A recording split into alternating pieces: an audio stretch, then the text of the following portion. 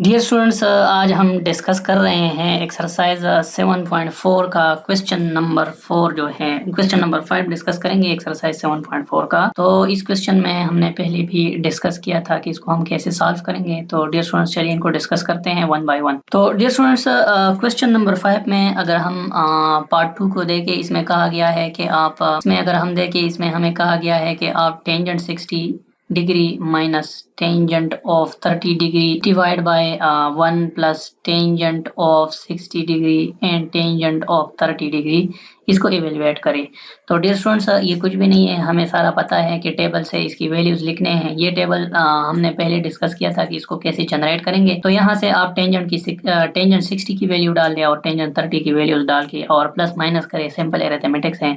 तो dear students, अगर हम टेंजेंट 60 की वैल्यू इसमें डाल दें तो टेंजेंट 60 की वैल्यू √3 है और माइनस टेंजेंट 30 की वैल्यू जो है वो हमारे पास क्या है इस टेबल में। अगर हम देख लीजिए टेंजेंट है और ये 30 है, तो टेंजेंट 30 की वैल्यू जो है वो हमारे पास 1 के बराबर है। तो डियर स्टूडेंट्स, यहाँ पे ये जो लिखा गया है ये 30 नहीं बल्कि ये 45 है। टेंजेंट 30 की वैल्यू हमारे पास जो है वो क्या है 1/√। तो यहाँ पे हम 1 डिवाइड बाय √3 लिखेंगे, ठीक है डियर स्टूडेंट्स। और यहाँ पे ये हमने पहले टेंजेंट 60 की वैल्यू 30 है और ये 1/√। तो ये इसके साथ कैंसिल हो जाता है, ये इसके साथ कैंसिल आउट हो जाएगा। तो डियर स्टूडेंट्स, यहाँ पे √3 और 1/√3 है, तो ये दोनों कैंसिल हो जाएंगे और ये मजीद जो है हमारे पास सिंप्लीफाई हो जाएगा 1/√3 डिवाइड बाई ये 1 + 1 2 हो जाएगा। अब इसका अगर हम एलसीएम ले लें √3 और 1 का, तो वो √3 आएगा डियर स्टूडेंट्स। और √3 और 1 जब मल्टीप्लाई होंगे तो √3 1 पे डिवाइड करेंगे तो √3 आएगा और √3 को जब √3 से मल्टीप्लाई करेंगे √3 स्क्वायर आएगा और -1 आएगा। तो डियर स्टूडेंट्स, ये हमारे पास 3 - 1 डिवाइड बाय √3 डिवाइड बाय 2 के बराबर हो गया। तो डियर स्टूडेंट्स, इसको अगर हम मजीद सॉल्व करें तो √3 - 1 2 हो गया, 2 डिवाइड बाय √3 हो गया और डिवाइड बाय ये हमारे पास 2 हो गया। तो इसको हम मजीद ऐसे लिख सकते हैं कि 2 डिवाइड बाय √3 डिवाइड बाय 2। इसको हम अगर ऐसे लिख दें और फिर इसको हम मजीद सिंप्लीफाई करें तो 2 डिवाइड बाय √3 मल्टीप्लाइड बाय 1/2 आ जाएगा। अब इसको हम ऐसे कैंसिल आउट कर सकते हैं, तो ये हमारे पास 1/√3 इसका आंसर आ गया। तो डियर स्टूडेंट्स, हमने यहाँ से जो है क्वेश्चन शुरू किया और वहाँ तक इसको ले गए हैं। तो डियर स्टूडेंट, नेक्स्ट क्वेश्चन जो है वो ट्राई कर लेते हैं कि नेक्स्ट क्वेश्चन हमारे पास क्या है।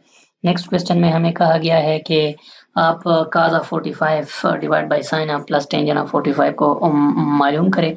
तो इसको यहाँ पे सॉल्व कर देते हैं डियर स्टूडेंट्स। तो इसको सॉल्व करने का आसान तरीका क्या होगा, cos ऑफ 45 यहाँ हमारे पास लिखा गया है divide by tangent of 45 plus sign of 45। तो डियर स्टूडेंट्स, यही है मेरे ख्याल में, यही क्वेश्चन है। साइन और टेंजेंट नीचे है, ऊपर काज है, ठीक है। तो डियर स्टूडेंट्स, ये भी इजी है, आसान है। इसको अगर हम सॉल्व करें तो हमारे पास ये मज़ीद इजी हो जाएगा। डियर स्टूडेंट्स, cos ऑफ 45 हमें पता है कि वो 1/√2 के बराबर है। टेंजेंट 45 का हमें पता है कि वो 1 के बराबर है और साइन ऑफ 45 का भी हमें पता है कि 1/√2 के बराबर है। तो आपने जस्ट इसको सिंप्लीफाई करना है। यहाँ वैल्यूज पुट करने के बाद ये 3rd और 4th और 5th क्लास का क्वेश्चन बन जाता है। तो 1/√2, ठीक है, और डिवाइड बाई, पहले आप इसको सिंप्लीफाई करें तो ये अगर √2 और 1 का मैं एलसीएम लेता हूँ, यहाँ पे 1 है तो वो √2 आता है, ठीक है डियर स्टूडेंट। √2 को मैं 1 पे डिवाइड करूँ तो √2 ही आंसर आएगा। √2 को अगर आप इस 1 से मल्टीप्लाई करें तो यहाँ से √2 आ जाएगा और √2 को आप इस एलसीएम से डिवाइड करें तो 1 ही आ जाएगा। 1 को आप 1 से मल्टीप्लाई करें तो ये होगा। तो पहले हम इसको सिंप्लीफाई कर देते हैं, फिर ऊपर के साथ इसको जो है वो सिंप्लीफाई करेंगे मजीद। तो डियर स्टूडेंट्स, अब अगर आप देखें तो √2 + 1 डिवाइड बाय √2 हमारे पास, या 1 + √2 डिवाइड बाय √2 है।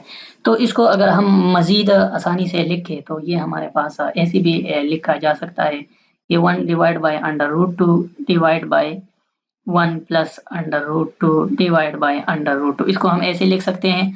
और डियर स्टूडेंट्स, इसको मजीद अगर हम सिंप्लीफाई करें तो इसको इस साइन को हम मल्टीप्लिकेशन में कन्वर्ट कर देंगे और इस √2 को ऊपर ले जाएंगे, क्योंकि जब डिवीजन को आप मल्टीप्लिकेशन में कन्वर्ट करते हैं तो उसको हम इनवर्स कर देते हैं फिर।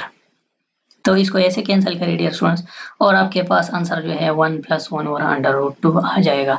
तो आप इसको ऐसे भी लिख सकते हैं और आप कैलकुलेटर में √2 की वैल्यू डाल के फिर 1 के साथ ऐड किया और 1 डिवाइड बाई वही वैल्यू आप लिख दें, ठीक है। तो आप इस तरह भी लिख सकते हैं। तो ये हमारे पास सिंपल क्वेश्चंस थे। जो हमने सॉल्व कर लिए हैं। तो डियर स्टूडेंट्स, अब हम नेक्स्ट क्वेश्चन अगर इसमें से देखें तो नेक्स्ट क्वेश्चन भी हमारे पास इजी है, आसान है, उसको भी सॉल्व कर लेते हैं। तो डियर स्टूडेंट्स, एक नेक्स्ट क्वेश्चन जो है इसमें सॉल्व कर देते हैं कि अगर आपके पास वैल्यूज हैं, वैल्यूज कुछ इस तरह हैं।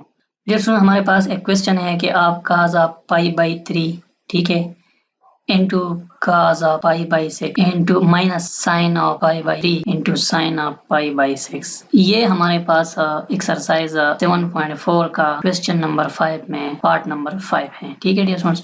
तो ये भी cos 60 है, ये cos 30 है, ये अगर आप देखें cos 60 है, ये cos 30 है, ये sin 60 है, ये cos 30 है, ठीक है। यानी पाई बाई 6 जो होता है वो 30 के बराबर होता है, पाई बाई 3 जो है वो 60 के बराबर। तो ये रेडियन में हम cos साइन लेंगे। तो डियर स्टूडेंट, हमें पता है कि cos पाई बाई 3 और cos 60 एक ही बात है। तो cos 60 की वैल्यू जो है अब हम इसमें पुट करेंगे। तो cos 60 की वैल्यू हमें पता है कि वो किस चीज के बराबर है, वो हम यहाँ पुट करेंगे। तो डियर स्टूडेंट्स, इन वैल्यूज को लिख देते हैं। तो डियर स्टूडेंट्स, अगर हम इसको ऐसे लिख दे कि ये cos 60 है और ये cos 30 है और माइनस साइन 60 है और ये साइन 30 है, तो एक ही बात है, ठीक है डियर स्टूडेंट। तो अब हमें पता है कि cos 60 क्या है और cos 30 क्या है। तो डियर स्टूडेंट्स, हमें पता है कि cos 60 जो है वो 1 डिवाइड बाई 2 के बराबर है, ठीक है, और cos 30 जो है 1 डिवाइड बाई अंडर रूट 2 के बराबर है, माइनस साइन 60 जो है डियर स्टूडेंट्स वो अंडर रूट 3 डिवाइड बाई 2 के बराबर है, और साइन 30 जो है वो डियर स्टूडेंट हमें पता है कि वो भी 1 ओवर अंडर रूट 2 के बराबर है। तो अब अगर हम इसको सिंप्लीफाई करें तो 1 ओवर 2 अंडर रूट 2 आएगा और ये under root 3 divide by 2 under root 2 ही आ जाएगा। तो इसको आप अगर सिंप्लीफाई करें तो 2 अंडर रूट 2 इसका एलसीएम आएगा और ये 1 माइनस अंडर रूट 3 इसका आंसर आ जाएगा।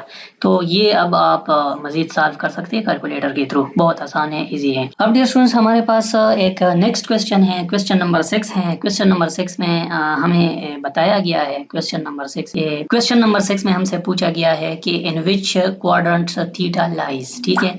इसमें टोटल 4 क्वेश्चन हैं। एक क्वेश्चन जो है वो ये है कि साइन थीटा ग्रेटर देन 0 है, टेंजेंट थीटा भी ग्रेटर देन 0 है, एक क्वेश्चन ये है। दूसरा ये है कि साइन थीटा लेस देन 0 है यानी नेगेटिव है, कोटेंजेंट थीटा जो है वो ग्रेटर देन 0 है यानी कोटेंजेंट या टेंजेंट पॉजिटिव है। तो इस तरह के क्वेश्चंस को अगर हम डियर स्टूडेंट्स देखें तो हमें जो बेसिक रूल है उसके मुताबिक ASTC all positive, sine positive, tangent positive, cotangent positive, इस रूल को अगर हम देख ले तो हमें पता है कि ऑल पॉजिटिव कहाँ पे होते हैं। तो सेकंड क्वाड्रेंट में सिर्फ साइन पॉजिटिव है, टेंजेंट पॉजिटिव नहीं है। थर्ड क्वाड्रेंट में सिर्फ टेंजेंट पॉजिटिव है, बाकी साइन भी पॉजिटिव नहीं है। फोर्थ क्वाड्रेंट में सिर्फ cos पॉजिटिव है, बाकी नेगेटिव है। तो ऐसा सिचुएशन जिसमें साइन भी पॉजिटिव हो, टेंजेंट भी पॉजिटिव हो, वो फर्स्ट क्वाड्रेंट ही हो सकता है, ठीक है डियर स्टूडेंट। अब हमारे पास साइन नेगेटिव है, साइन थीटा लेस देन 0 का मतलब है साइन नेगेटिव है, और कोटेंजेंट थीटा ग्रेटर देन 0 का मतलब है कि टेंजेंट जो है वो पॉजिटिव है। तो ऐसा सिचुएशन जहाँ पे साइन नेगेटिव हो और टेंजेंट पॉजिटिव हो, पहला तो नहीं हो सकता क्योंकि पहले में तो सारे पॉजिटिव है, यहाँ पे साइन नेगेटिव है। दूसरा नहीं हो सकता क्योंकि दूसरे में साइन पॉजिटिव है, बाकी नेगेटिव है, लेकिन यहाँ पे टेंजेंट पॉजिटिव है, साइन नेगेटिव है, तो हमारी बात के साथ इसका इख्तिलाफ बनता है। तीसरे में भी पॉजिटिव, तीसरे में टेंजेंट पॉजिटिव है, साइन नेगेटिव है। तीसरे कोऑर्डिनेट को अगर आप देखें तो यहाँ पे टेंजेंट जो है वो पॉजिटिव है, ठीक है, और बाकी आल जो है नेगेटिव है। तो ये बात हमारी बात जो है यहाँ पे ट्रू आ सकती है। तो ये जो है थर्ड क्वाड्रेंट में लाई करता है। अब डियर स्टूडेंट्स, अगर हमारे पास ऐसा हो कि टेंजेंट थीटा नेगेटिव हो यानी लेस देन 0 हो और सेकंड थीटा जो है वो पॉजिटिव हो यानी ग्रेटर देन 0 हो, तो डियर स्टूडेंट्स आल पॉजिटिव ये तो नहीं है, साइन पॉजिटिव ये भी नहीं है, टेंजेंट पॉजिटिव ये भी नहीं है क्योंकि यहाँ टेंजेंट नेगेटिव है, cos पॉजिटिव ये हो सकता है क्योंकि cos और सेकंड जो है वो रेसिप्रोकल है। तो अगर सेकंड पॉजिटिव है तो इसका मतलब है कि cos थीटा भी पॉजिटिव है। तो ये फोर्थ क्वाड्रेंट है डियर स्टूडेंट, ये हमारे पास फोर्थ क्वाड्रेंट में बनता है, ठीक है। तो ये बहुत सिंपल था और ये जो है हमने यहाँ पे सॉल्व किए, क्वेश्चन 6 जो है वो सॉल्व कर लिया है। अब हमारे पास नेक्स्ट क्वेश्चन जो है वो है कि आप एक हमारे पास डियर स्टूडेंट्स ये क्वेश्चन नंबर 7 है। इसमें कहा गया है कि मिसिंग मैयर को आप फाइंड कर लें। मिसिंग मैयर जो है वो यहाँ पे x बताया गया है, तो हम सिर्फ x को फाइंड कर लेंगे। तो डियर स्टूडेंट्स अब हमें पता है कि जो हमारे पास एडजस्ट ये 90 है, तो 90 के साथ जो एडजस्टेंट एंगल होता है उसको हम थीटा के साथ उसको हम जो है क्या कहते हैं, बेस, एडजस्टेंट साइड कहते हैं, एडजस्टेंट साइड या बेस। और ये हमारे पास जो है वो परपेंडिकुलर है, परपेंडिकुलर है, ठीक है। तो डियर स्टूडेंट्स, अब अगर हम इसको देखें तो ये हम कैसे फाइंड करेंगे, तो हम टेंजेंट थीटा को यूज़ कर सकते हैं। तो टेंजेंट थीटा में हमें कहा गया है कि वो परपेंडिकुलर डिवाइड बाय बेस के बराबर होता है, ठीक है। तो परपेंडिकुलर डिवाइड बाय, या हम इसको साइन थीटा से भी सॉल्व कर सकते हैं, या इस तरह करेंगे कि हम इसको नेक्स्ट वीडियो में डिस्कस करेंगे बस।